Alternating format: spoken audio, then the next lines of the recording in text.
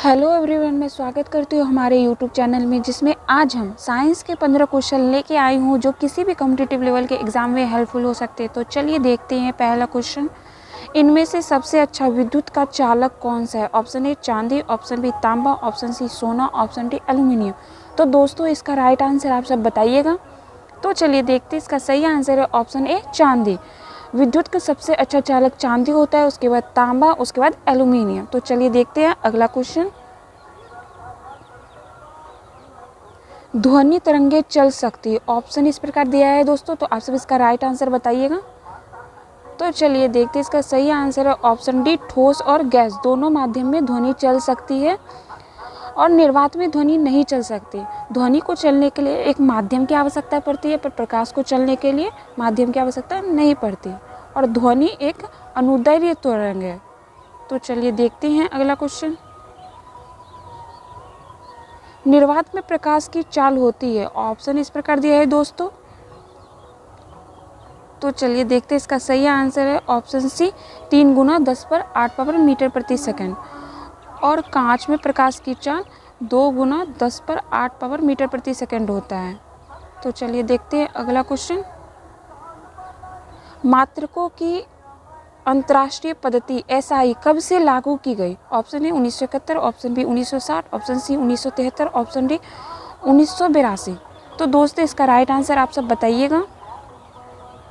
तो चलिए देखते हैं। इसका सही आंसर है ऑप्शन ए 1971। चलिए देखते हैं अगला क्वेश्चन। निम्न में से कौन सदिश राशि का उदाहरण? ऑप्शन इस प्रकार दिया है दोस्तों। तो आप सब इसका राइट आंसर बताइएगा। तो चलिए देखते हैं। इसका सही आंसर है ऑप्शन बी, त्वरण। विद्युत धारा, तापमान और दाब यह अदिश राशि का उदाहरण है।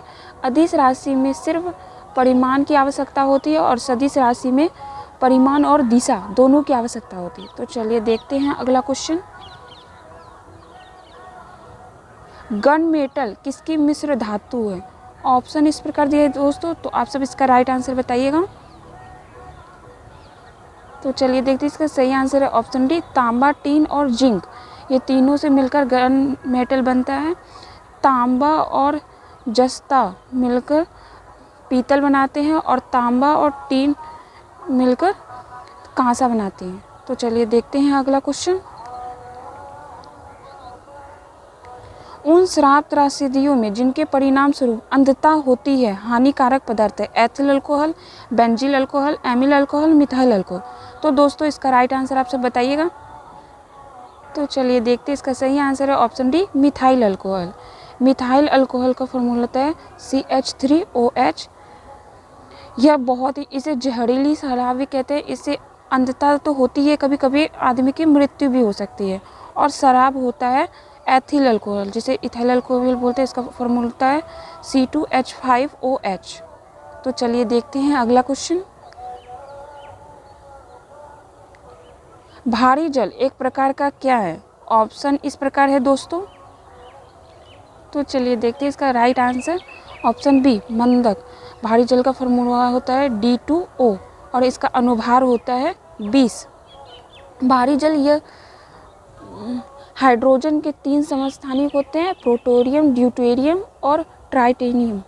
तो उसी में से ये दूसरा समस्थानिक है H1, H2 और उसी को भारी जल कहते हैं। इसकी खोज 1920 में यूरे एंड वॉर्सवन ने की थी। तो चलिए देखते हैं अगला क्वेश्चन।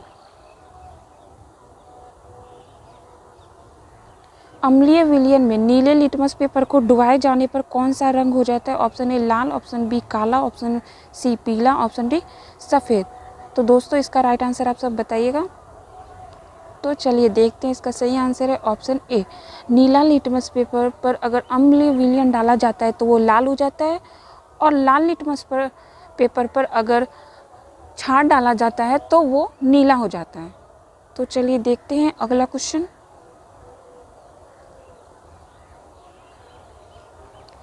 निम्न लवणों में से सागरीय जल की लवणता में किसका अधिकतम योगदान है? दोस्तों ऑप्शन इस प्रकार है।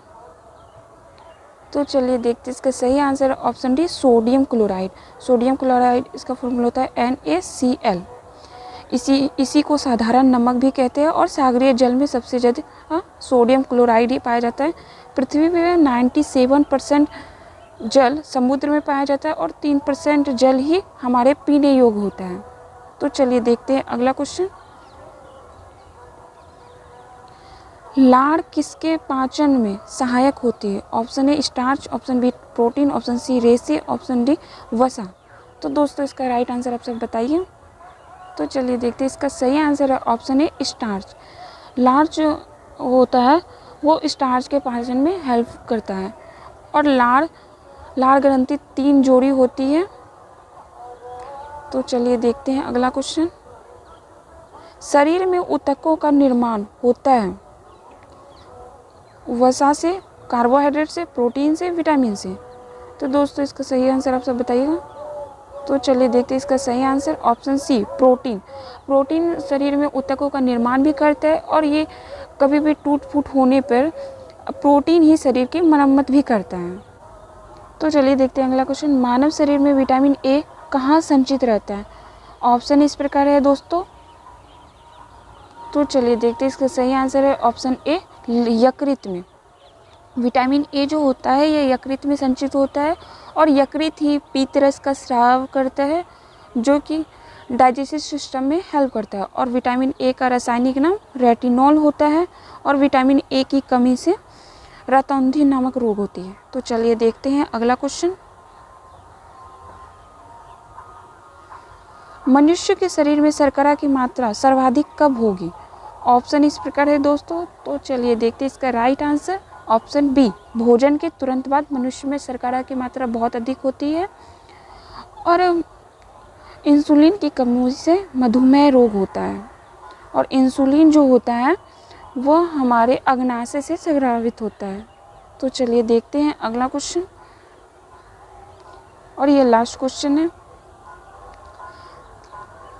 निम्न में से किस विटामिन का रासायनिक नाम फोलिक अम्ल है? Option A vitamin B3, option B vitamin B7, option C vitamin B9, option D vitamin के।